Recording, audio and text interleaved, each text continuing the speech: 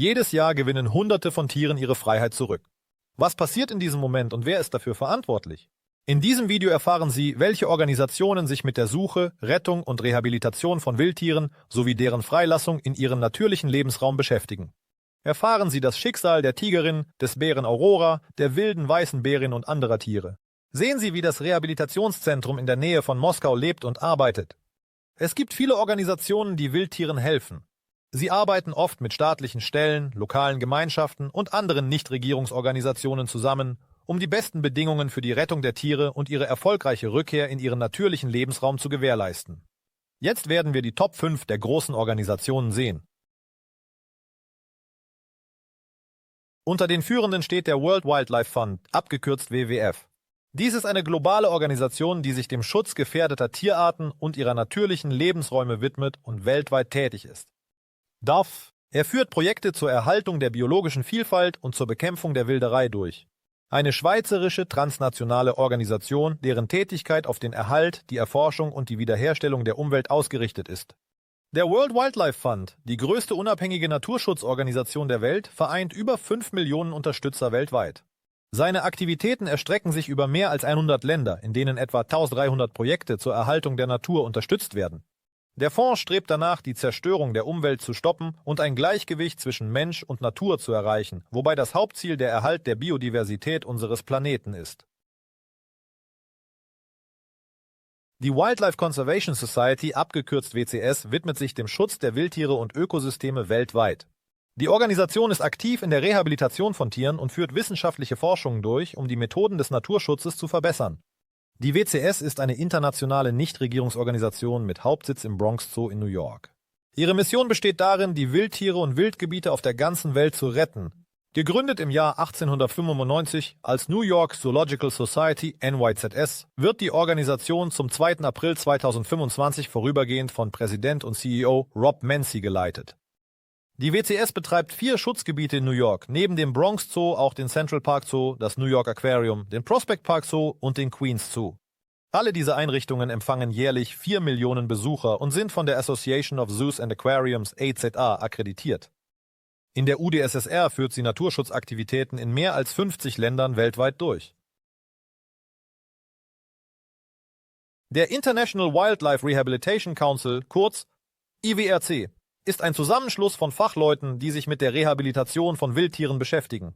Die Organisation bietet Schulungen und Zertifizierungen für Rehabilitatoren an und teilt Informationen über bewährte Praktiken in diesem Bereich. Gegründet im Jahr 1972 ist AWA-BRC ein gemeinnütziges Konsortium von Spezialisten für die Rehabilitation von Wildtieren. Ursprünglich war die Tätigkeit der Organisation auf die Region der Bucht von Kalifornien konzentriert und bestand im Austausch von Erfahrungen und Ressourcen sowie in der Schaffung einer professionellen Plattform, die nordamerikanischen Rehabilitatoren den Austausch von Wissen und den Zugang zu notwendigen Informationen ermöglicht. Auf der Website von United steht. Abgekürzt, HSUS, setzt sich für den Tierschutz ein und bietet Programme zur Rettung, Rehabilitation und Rückführung von Wildtieren in ihre natürliche Umgebung an. Lebensräume. Mit Sitz in Washington, D.C. ist sie die größte Tierschutzorganisation der Welt. Im Jahr 2007 hatte die Organisation 10 Millionen Mitglieder und ein Einkommen von 120 Millionen US-Dollar. Verteidiger der Tierwelt. Diese Organisation konzentriert sich auf den Schutz der Wildtiere und die Wiederherstellung ihrer Lebensräume. Sie sind auch aktiv an der Rehabilitation von Tieren und dem Kampf gegen Wilderei beteiligt. Nachdem wir wichtige Organisationen aufgelistet haben, die sich mit der Rettung von Wildtieren beschäftigen, schauen wir uns konkrete Fälle an, in denen Tieren in schwierigen Zeiten geholfen wurde. Im Herbst 2022 wurde in einer privaten Tierstation in Saratow eine junge Tigerin gefunden. Ihr Zustand war schrecklich. Das Tier wurde in einem engen Käfig gehalten, in einem Schuppen ohne Fenster, Licht und gute Luftzufuhr. Das Ergebnis solcher Haltungsbedingungen war die vollständige Erblindung der Tigerin. Sie wurde beschlagnahmt und Tierärzte führten Operationen an beiden Augen durch, jedoch konnte das Sehvermögen nicht wiederhergestellt werden. Dennoch halfen die Operationen, ihre Lebensqualität zu verbessern und ihr Leiden zu verringern. Der Tigerin wurde der Name Aurora gegeben. Derzeit befindet sie sich im Hospiz für Wildkatzen Haus des Tigers in der Region Leningrad, wo sie unter ständiger Aufsicht von Fachleuten die notwendige Pflege und Ernährung erhält. Das Hospiz wurde von ehemaligen Zirkusmitarbeitern gegründet, die sich nun um verletzte Wildkatzen kümmern. Hier wird Tigern, Pumas und Leoparden geholfen. Leider können diese Tiere selbst nach medizinischer Versorgung nicht mehr in die Wildnis zurückkehren. Fachleute bemerken, dass sich Aurora von Tag zu Tag besser fühlt. Sie hat an Gewicht zugenommen und ihr Fell ist in einem besseren Zustand. Allmählich wird die Tigerin selbstbewusster und zeigt Aktivität und Interesse an ihrer Umgebung. Gegen den Besitzer der Zuchtstation wurde ein Verwaltungsverfahren eingeleitet. Das Amtsgericht hat dem Unternehmer auch andere Wildtiere entzogen, darunter afrikanische Löwenjunge, einen kanadischen Puma, einen Meerkatzenaffen und exotische Vögel. Das Schicksal des von Unbekannten erschossenen Eisbären verfolgen praktisch alle Einwohner des Landes.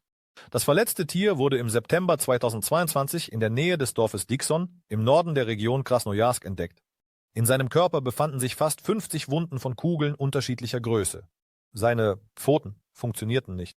Der schwer verletzte Bär wurde in einem kritischen Zustand nach Moskau gebracht, wo die besten russischen Tierärzte um das Leben des Tieres kämpften. Bei der Behandlung halfen nicht nur Tierärzte, sondern auch Neurochirurgen und Rehabilitationsspezialisten, die ein Wiederherstellungsprogramm für Dikson entwickelten. Nach mehreren Operationen wurde der Bär Dikson, benannt nach dem Ort, an dem er gefunden wurde, zur langen Rehabilitation in den Moskauer Zoo geschickt. Die Mitarbeiter des Zoos rüsteten das Gehege um und bauten ein Becken für die Wasserrehabilitation des Bären. Im Moskauer Zoo lebte Dikson etwas mehr als ein Jahr. Diejenigen, die den Eisbären, der im Roten Buch aufgeführt ist, verstümmelt haben, wurden nie gefunden. Die Staatsanwaltschaft vermutet, dass das Tier aus Selbstverteidigung erschossen wurde, da der Raubtier in der Nähe der Siedlung war. Und die Tierärzte, die Dikson und eine weitere Bärin gerettet haben, über die ich erzählen werde, später erhielten Auszeichnungen von Rosprirodnadzor. Im Sommer 2022 wurde in der Siedlung Dikson eine ausgehungerte Bärin gefunden. Geschwächt vor Hunger tauchte sie unter den Menschen mit einer Konservendose im Maul auf, die dort feststeckte. Deshalb konnte die Raubtierin weder essen noch ihren Durst stillen. Völlig erschöpft fiel sie ins Gras. Zur Hilfe kamen Spezialisten aus Moskau, die ihr die notwendige Unterstützung leisteten. Erstaunlicherweise schien die Bärin zu verstehen, dass man ihr half und wehrte sich nicht gegen die Berührungen. Die Ärzte konnten die Dose entfernen und die verletzte Zunge heilen. Nach der Untersuchung entschieden die Tierärzte, dass das Tier bereit war, in die Wildnis zurückzukehren. Die Bärin wurde in die Freiheit entlassen, nachdem man ihr einen Vorrat an Fisch mitgegeben hatte, und bald darauf verschwanden ihre Spuren. Experten glauben, dass sie sich erfolgreich an ihre gewohnte Umgebung angepasst hat. In letzter Zeit tauchen Eisbären immer häufiger in bewohnten Gebieten auf. Auf der Suche nach Nahrung? Die Gründe für dieses Verhalten sind die Verringerung der natürlichen Nahrungsquellen aufgrund illegaler Jagd und des Klimawandels. Derzeit stehen Eisbären unter Schutz und sind im Roten Buch aufgeführt. Schätzungen zufolge gibt es weltweit zwischen 22.000 und 31.000 Exemplare und etwa 6.000 von ihnen leben in Russland. Ein Schimpanse namens Vanilla verbrachte die ersten 2 Jahre ihres Lebens im New Yorker Labor für experimentelle Medizin und Chirurgie an Primaten LEMSIP, wo HIV- und Hepatitisforschung an Tieren durchgeführt wurde. Dann wurde sie in ein Tierheim in Kalifornien verlegt, wo sie einen Großteil ihres Lebens bis 2019 verbrachte, als die Einrichtung aufgrund der drohenden Gefahr von Waldbränden schließen musste. Zusammen mit 5 anderen Schimpansen wurde sie in einem geräumigen, aber offenen Gehege gehalten, das von der Größe her mit einer Garage vergleichbar war. Allerdings durften sie es nie verlassen. Im vergangenen Jahr, dank der Hilfe der Organisation Rettet die Schimpansen, zog Vanilla in ein flämisches Reservat um, wo noch 226 gerettete Artgenossen leben, die aus Laboren, kleinen Zoos und Unterhaltungseinrichtungen geholt wurden. Nun, nach vielen Jahren, die sie unter ungünstigen Bedingungen verbracht hat, hat der Schimpanse ein neues Zuhause gefunden. Einer der künstlichen Inseln. Das Wasser, das ein natürliches Hindernis für diese Primaten darstellt, da sie Angst davor haben, ermöglicht es ihnen, sich frei auf dem Gebiet der Inseln zu bewegen, ohne dass Käfige notwendig sind. Nach mehreren Monaten in Quarantäne erlebte Vanilla zum ersten Mal in ihrem Leben die freie Natur. Sie schaute sich neugierig um, bevor sie sich in die Arme von Dwight, dem Alpha-Männchen, stürzte, der ihr Unterstützung bot. Dann schaut sie erstaunt in den Himmel, als ob sie versucht zu verstehen, was vor sich geht. Offensichtlich ist sie von der plötzlich gewonnenen Freiheit begeistert, bemerkt Dan Matthews, der Direktor für Veranstaltungen und Sonderprojekte des Tierheims. Matthews glaubt, dass Vanilla unglaublich viel Glück hatte, in Lems zu überleben. Es war ein Ort, an dem schreckliche Bedingungen herrschten und Tierschützer protestierten seit Jahrzehnten gegen dieses Labor. Dort schauten die Schimpansen fern und sahen niemals das Sonnenlicht. Seiner Meinung nach könnte Vanilla in den neuen Bedingungen noch etwa 40 Jahre leben. Es scheint, dass sie begeistert ist, ihren eigenen Raum zu haben, der endlich ihrer natürlichen Umgebung so nahe wie möglich kommt, schließt er. In Zirkussen in Peru sind Wildtiere verboten. Aber nicht alle Besitzer hielten sich an die Regeln und hielten die Tiere unter lebensgefährlichen Bedingungen. Unter ihnen war ein Puma namens Mufasa. Er wurde 20 Jahre lang an einer Kette gehalten und gelegentlich bei Auftritten gezeigt. Der Raubtier wurde von Mitarbeitern der internationalen Tierschutzorganisation Animal Defenders International gerettet und zur Rehabilitation in ein Wildtierhilfezentrum gebracht. Nach der Rehabilitation wurde der Puma in ein ökologisches Reservat gebracht, wo die Bedingungen seiner natürlichen Umgebung ähnelten. Leider starb Mufasa einige Monate nach seiner Befreiung, da die langen Jahre in schrecklichen Bedingungen seine Gesundheit negativ beeinflusst hatten. Großer Dank gilt den guten Menschen von ADI, die ihm in seinen letzten Lebenstagen eine Chance gaben. Den Geschmack der Freiheit. Im Juli 2022 begann die Geschichte von Leo 260.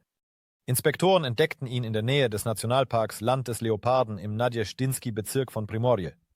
Das kleine 4 Monate alte Kätzchen war auf sich allein gestellt. Spuren der Mutter waren in der Nähe nicht zu sehen. Im Rehabilitationszentrum Tiger, das im Dorf Alexejewka liegt, wurde an der Wiederherstellung seiner Gesundheit gearbeitet. Verletzungen wurden behandelt, Untersuchungen und Impfungen durchgeführt. Das Futter für das Tier wurde durch Spenden finanziert. Dieser Rettungsfall erwies sich als einzigartig, da er den Spezialisten des Landes der Leoparden die Möglichkeit bot, die Entwicklung und Genesung des Leoparden im Gehege zu beobachten und an seiner Ausbildung teilzunehmen. Jetzt bewegt sich Leo frei im Gebiet des Ussuri-Reservats, wo er erfolgreich die erlernten Jagdfähigkeiten, insbesondere auf Kaninchen, anwendet. Wissenschaftler überwachen weiterhin seinen Zustand. Anfang 2023 wurde in Saratow eine Eule in einem schrecklichen Zustand in einem Betonrohr gefunden.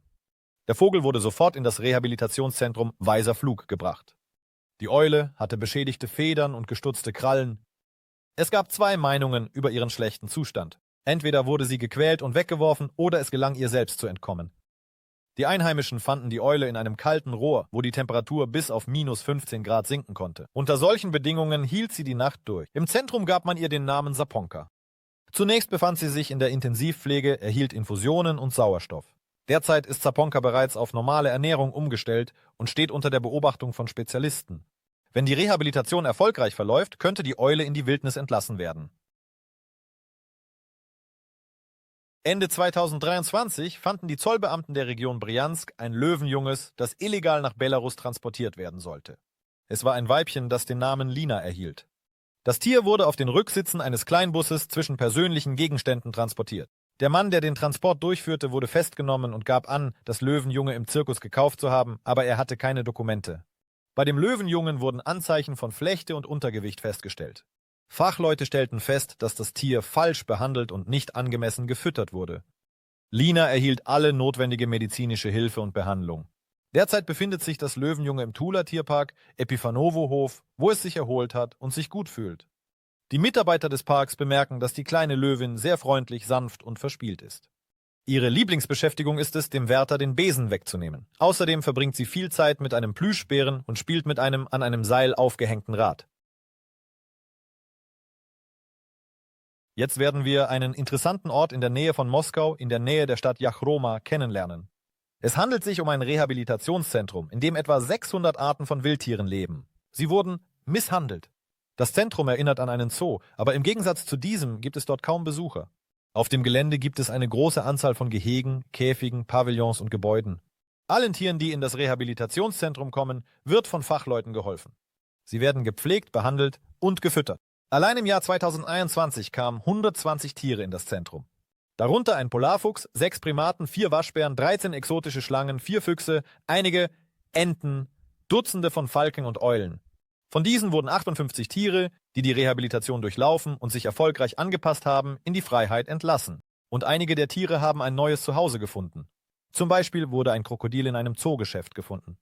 Die Mitarbeiter konnten keine Papiere für das Tier vorlegen, daher wurde es mitgenommen. Jetzt lebt das Krokodil im ökologisch-biologischen Zentrum von Kostroma. Einigen Tieren ist nicht so viel Glück beschieden, ein neues Zuhause zu finden. Der bengalische Tiger namens Nur, der in das Rehabilitationszentrum kam, ist in einem sehr schlechten Zustand und lebt weiterhin dort. Er wurde im Oktober 2020 gerettet. Aufgrund mehrerer Operationen, die der Tiger durchgemacht hat, ist es leider unmöglich, ihn in die Freiheit zu entlassen. Daher hoffen die Mitarbeiter, einen guten Zoo zu finden, der ihm angemessene Bedingungen für seine Haltung bietet. Jetzt ist er 1,5 Jahre alt. Er lernt mit Interesse neue Menschen kennen, läuft im Käfig herum und spielt gerne im Schnee. Bengalische Tiger sind nicht sehr beliebt im Gegensatz zu Amur-Tigern. So lebt der ehemalige Amur-Tiger Tamerlan jetzt in einem offenen Gehege im Jaroslavler Zoo.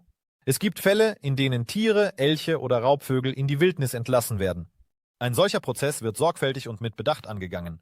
Es wird analysiert, ob das Tier in der Lage sein wird, sich an den Lebensraum anzupassen und sich selbst zu ernähren. Es gibt nämlich Fälle, in denen eine Eule lange Zeit bei einem Besitzer lebte und nie eine wilde Maus gesehen hat, weil sie sich nur von weißen Mäusen ernährte. Wenn man sie freilässt, wird sie entsprechend nach weißen Mäusen suchen und keine finden. Ein Rehabilitationszentrum für Wildtiere ist nicht nur ein Tierheim, sondern ein wahrer Tempel der Fürsorge und des Naturschutzes. Hier ist jede Geschichte wichtig, jedes Tier erhält eine Chance auf ein neues Leben. Die Spezialisten des Zentrums und die Freiwilligen arbeiten unermüdlich, um den leidenden Tieren medizinische Hilfe zu leisten. Wiederherstellung und, wenn möglich, Rückkehr in ihren natürlichen Lebensraum. Wie wir sehen, hat die Menschheit im letzten Jahrhundert begonnen, die außerordentliche Bedeutung der Erhaltung der Artenvielfalt zu verstehen. Der Umgang mit der Natur wird immer verantwortungsbewusster. Fragen der Erhaltung des Lebens auf der Erde in all seiner Vielfalt werden sowohl in der Wissenschaft als auch in der Gesellschaft diskutiert. Vieles gelingt es, zum Besseren zu verändern. Doch wir verstehen, dass noch viel Arbeit vor uns liegt. Jeder von uns kann seinen Beitrag zum Schutz der Umwelt leisten.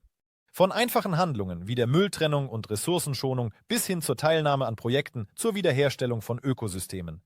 Danke, dass Sie bei uns waren. Bleiben Sie auf unserem Kanal und verfolgen Sie die Veröffentlichung neuer interessanter Videos. Bis bald!